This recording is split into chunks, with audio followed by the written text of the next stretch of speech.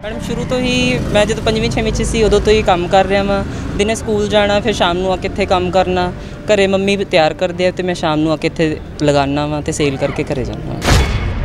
Father घरे support नहीं करते सीगे, लड़ाई झगड़ा करते सीगे तो शुरू तो फिर जदों घरे फाइनैंशियल क्राइसिस हो गए फिर उदों तो ही मैनूं काम करना पिया।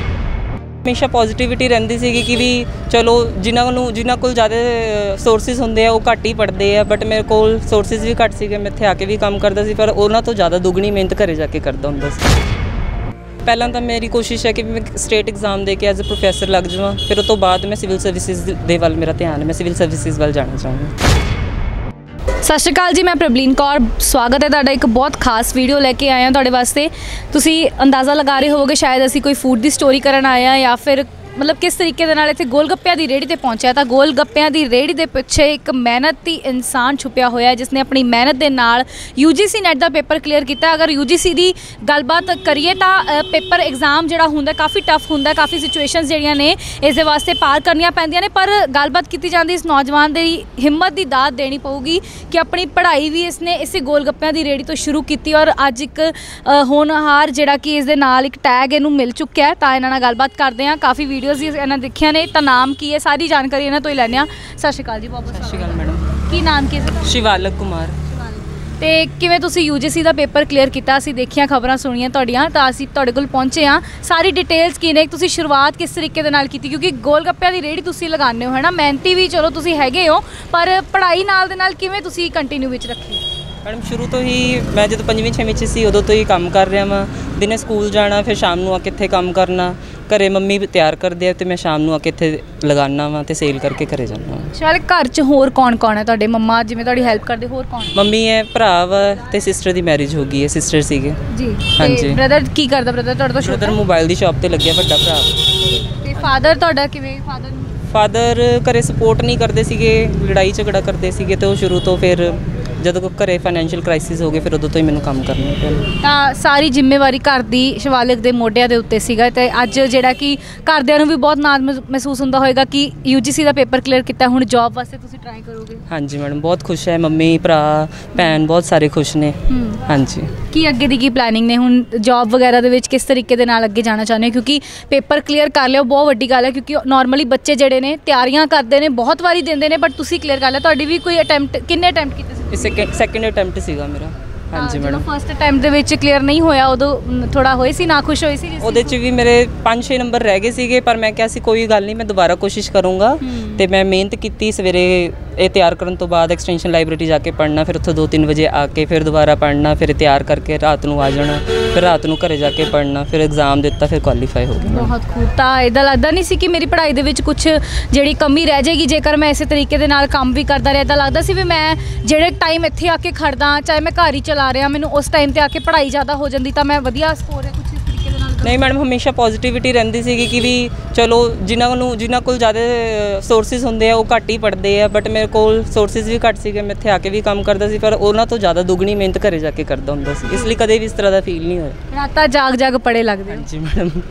ਤਾਂ ਤੁਸੀਂ ਦੇਖਿਆ ਸ਼ਿਵਾਲਿਕ ਦੇ ਵਿੱਚ ਕੌਨਫੀਡੈਂਸ ਹੀ ਜਿਹੜਾ ਤੁਸੀਂ ਦੇਖ ਸਕਦੇ ਹੋ, ਕੌਨਫੀਡੈਂਸ ਕਵਾਂਗੇ ਇਹਨੂੰ ਜ਼ਰੂਰ, ਕਿਉਂਕਿ ਰਾਤਾਂ ਜਾਗ ਕੇ ਜਿਹਨੇ ਮਿਹਨਤਾਂ ਕੀਤੀਆਂ ਹੁੰਦੀਆਂ ਨੇ ਨਾ, ਉਹ ਕੌਨਫੀਡੈਂਸ ਬਿਲਕੁਲ, ਉਹ ਖੁਸ਼ੀ ਜਿਹੜੀ ਆ ਮੂੰਹ 'ਤੇ ਝਲਕ ਜਾਂਦੀ ਹੈ। ਤਾਂ ਜਦੋਂ ਪਰਿਵਾਰ ਨੂੰ ਪਤਾ ਲੱਗਿਆ ਸੀ UGC ਦਾ ਪੇਪਰ ਕਲੀਅਰ ਕਰਤਾ, ਉਹ ਖੁਸ਼ੀ, ਉਹ ਰਿਐਕਸ਼ਨ ਕਿਸ ਤਰੀਕੇ ਦਾ ਸੀਗਾ ਕਿ ਇਹ ਕਿੱਦਾਂ ਹੋ ਗਿਆ ਵੀ ਦੁਕਾਨ 'ਤੇ ਵੀ ਜਾਣਾ, ਮੁੜ ਕੇ ਕੰਮ ਵੀ ਕਰਨਾ, ਫਿਰ ਪੜ੍ਹਾਈ ਵੀ ਅੱਗੇ? ਜਦੋਂ ਰਿਜ਼ਲਟ ਆਇਆ ਸੀ ਮੈਂ ਇੱਥੇ ਹੀ ਸੀਗਾ। ਮੈਂ ਘਰਦਿਆਂ ਨੂੰ ਫੋਨ ਕਰਕੇ ਜਦੋਂ ਦੱਸਿਆ ਨਾ ਤੇ ਮੈਂ ਰੋਣ ਲੱਗ ਗਿਆ ਸੀਗਾ। ਫਿਰ ਮੰਮੀ ਤੇ ਸਿਸਟਰ ਮੇਰੇ ਇੱਥੇ ਆਏ ਸੀਗੇ ਸਪੈਸ਼ਲ, ਫਿਰ ਬੁਲਾ ਕੇ ਘਰੇ ਲੈ ਕੇ ਗਏ ਸੀ। ਫਿਰ ਘਰੇ ਮੰਮੀ ਪਹਿਲਾਂ ਤਾਂ ਰੋਣ ਲੱਗ ਗਏ, ਫਿਰ ਉਹਨਾਂ ਨੇ ਮੈਨੂੰ ਚੁੱਪ ਕਰਾਇਆ, ਫਿਰ ਆਪ ਚੁੱਪ ਹੋਏ, ਫਿਰ ਬਸ ਫਿਰ ਉਹਨਾਂ ਨੇ ਮੂੰਹ ਮਿੱਠਾ ਕਰਾਇਆ ਤੇ ਮੈਂ ਰੋਈ ਜਾ ਰਿਹਾ ਸੀਗਾ। ਉਹ ਕਹਿੰਦੇ ਫਿਰ ਰੋਣਾ ਕਾਹਨੂੰ? ਮੈਂ ਕਿਹਾ ਮੈਡਮ ਮੰਮੀ ਇਹ ਖੁਸ਼ੀ ਦੀ ਗੱਲ ਹੈ ਬਸ। ਮੈਨੂੰ ਬਹੁਤ ਸਾਰੇ ਟੀਚਰਸ ਦਾ ਫੋਨ ਆਇਆ, ਉਹਨਾਂ ਨੇ ਮੈਨੂੰ ਕਈ ਵਾਰੀ ਫਾਈਨੈਂਸ਼ੀਅਲੀ ਸਪੋਰਟ ਵੀ ਕੀਤਾ। ਮੇਰੇ ਕਾਫੀ ਸਾਰੇ ਟੀਚਰਸ ਨੇ, ਉਹ ਮੇਰੇ ਨਾਲ ਹਮੇਸ਼ਾ ਖੜੇ ਰਹਿੰਦੇ ਸੀ, ਪੋਜ਼ਿਟਿਵਿਟੀ ਦਿੰਦੇ ਸੀ ਤੇ ਹੌਸਲਾ ਦਿੰਦੇ ਸੀਗੇ। ਕਿਹੜੇ ਕਾਲਜ ਦੇ ਵਿੱਚ ਤੁਸੀਂ ਸਟੱਡੀ ਕੀਤੀ? ਮੈਂ government college, SCD government college.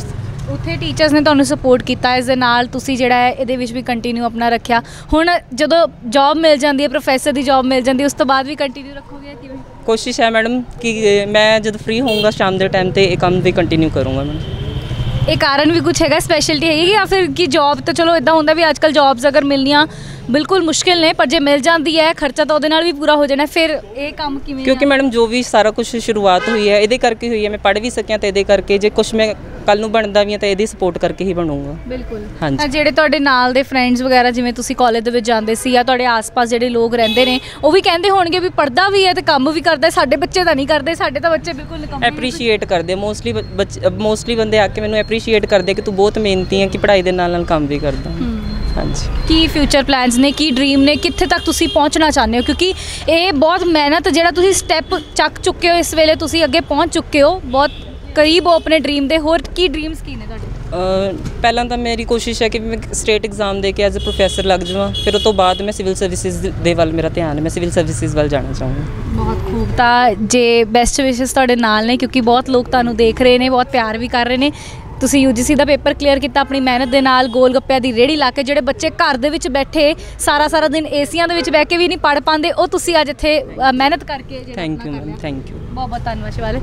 ਤਾਂ ਇਹ ਸੀ ਸ਼ਿਵਾਲਿਕ ਜਿਹਨੂੰ ਤੁਹਾਨੂੰ ਮਿਲਵਾਇਆ, ਨੌਜਵਾਨ ਬਹੁਤ ਹੀ ਮਿਹਨਤੀ ਤੇ ਹੋਣਹਾਰ, ਜਿਸ ਦੀ ਗੱਲ ਕੀਤੀ ਜਾਂਦੀ। ਗੋਲ ਗੱਪਿਆਂ ਦੀ ਰੇਹੜੀ ਤੋਂ ਇਸਨੇ ਆਪਣਾ ਸਫ਼ਰ ਸ਼ੁਰੂ ਕੀਤਾ। 5-6 ਸਾਲ ਦੀ ਉਮਰ ਸੀ ਜਦੋਂ ਇਸਦੇ ਪਿਤਾ ਨੇ ਕੰਮ ਕਰਨਾ ਬੰਦ ਕਰ ਦਿੱਤਾ ਸੀ ਔਰ ਇਸ ਨੂੰ ਮਜ਼ਦੂਰੀ ਦੇ ਵਿੱਚ ਭੇਜ ਦਿੱਤਾ ਸੀ। ਪਰ ਜਿੱਥੇ ਗੱਲ ਕੀਤੀ ਜਾਂਦੀ ਹੈ ਨਾ ਮਜ਼ਦੂਰੀ ਆ ਜਾਂਦੀ ਹੈ, ਜਾਂ ਫਿਰ ਗੱਲ ਕੀਤੀ ਜਾਂਦੀ ਹੈ ਮਿਹਨਤ ਕਰਨ ਦੀ, ਤਾਂ ਪੰਜਾਬ ਦੇ ਵਿੱਚ ਕੋਈ ਵੀ ਨੌਜਵਾਨ ਇਹ ਨਹੀਂ ਚਾਹੂਗਾ ਕਿ ਅਸੀਂ ਭੁੱਖੇ ਸੋਈਏ ਜਾਂ ਸਾਡਾ ਪਰਿਵਾਰ ਜਿਹੜਾ ਭੁੱਖਾ ਸੋਏ। ਹਰ ਕੋਈ ਵਿਅਕਤੀ ਚਾਹੁੰਦਾ ਕਿ ਸਾਡੇ ਪਰਿਵਾਰ ਜਿਹੜਾ ਸੋਹਣੀ ਰੋਟੀ ਖਾਵੇ। ਤਾਂ ਉਹੀ ਸੋਹਣੀ ਰੋਟੀ ਦਾ ਸੁਪਨਾ ਲੈ ਕੇ ਇਹ ਸ਼ਿਵਾਲਿਕ ਨੇ ਕੰਮਕਾਰ ਸ਼ੁਰੂ ਕੀਤਾ। ਗੋਲ ਗੱਪਿਆਂ ਦੀ ਰੇਹੜੀ ਤੋਂ ਪੜ੍ਹਾਈ ਦਾ ਖਰਚਾ ਪੂਰਾ ਕੀਤਾ ਔਰ ਕਾਲਜ ਦੇ ਵਿੱਚ ਪੜ੍ਹਾਈ ਕੀਤੀ ਔਰ ਅੱਜ UGC ਨੈਟ ਦਾ ਪੇਪਰ ਕਲੀਅਰ ਕੀਤਾ। ਤੁਸੀਂ ਜਾਣਦੇ ਹੋਵੋਗੇ ਕਿ UGC ਦੇ ਵਿੱਚ ਅਟੈਂਪਟਸ ਵੀ ਬਹੁਤ ਹੁੰਦੇ ਨੇ। ਇਸਨੇ ਸੈਕਿੰਡ ਅਟੈਂਪਟ ਦੇ ਵਿੱਚ ਆਪਣਾ ਪੇਪਰ ਕਲੀਅਰ ਕੀਤਾ ਔਰ ਜਦੋਂ ਪਰਿਵਾਰ ਨੂੰ ਦੱਸਿਆ ਤਾਂ ਪਰਿਵਾਰ ਦੇ ਵਿੱਚ ਵੀ ਜਿਹੜਾ ਖੁਸ਼ੀ ਦਾ ਤੇ ਥੋੜ੍ਹੀ ਜਿਵੇਂ ਅੱਖਾਂ ਆਂਸੂ ਆਉਂਦੇ, ਕਿਉਂਕਿ ਖੁਸ਼ੀ ਹੈ ਬਹੁਤ ਜ਼ਿਆਦਾ, ਉਹਦਾ ਮਾਹੌਲ ਬਣਿਆ। ਤਾਂ ਇਸ ਨੂੰ ਬੈਸਟ ਵਿਸ਼ੇਸ ਜਿਹੜੀਆਂ ਨੇ ਤੁਸੀਂ ਜ਼ਰੂਰ ਦਿਓ, ਕਿਉਂਕਿ ਅੱਗੇ ਵੀ ਇਸ ਦੇ ਬਹੁਤ ਸੁਪਨੇ ਨੇ ਜਿਹੜੇ ਕਿ ਇਸੇ ਕੰਮ ਦੇ ਰਾਹੀਂ ਇਸਨੇ ਸ਼ੁਰੂ ਕੀਤੇ ਸੀ ਔਰ ਅੱਗੇ ਜਿਹੜਾ ਪੜਾਅ ਅੱਗੇ ਚੜ੍ਹਦਾ ਰਹੂਗਾ। ਤਾਂ ਇੱਦਾਂ ਦੀ ਹੋਰ ਵਧੇਰੀ ਸਟੋਰੀ ਸੀ। ਤੁਸੀਂ ਦੇਖਦੇ ਰਹੋ ਲੁਧਿਆਣਾ ਟਾਈਮਸ। ਕੈਮਰਾਮੈਨ ਦਰਸ਼ੀ ਦੇ ਨਾਲ ਮੈਂ ਪ੍ਰਬਲੀਨ ਕੌਰ।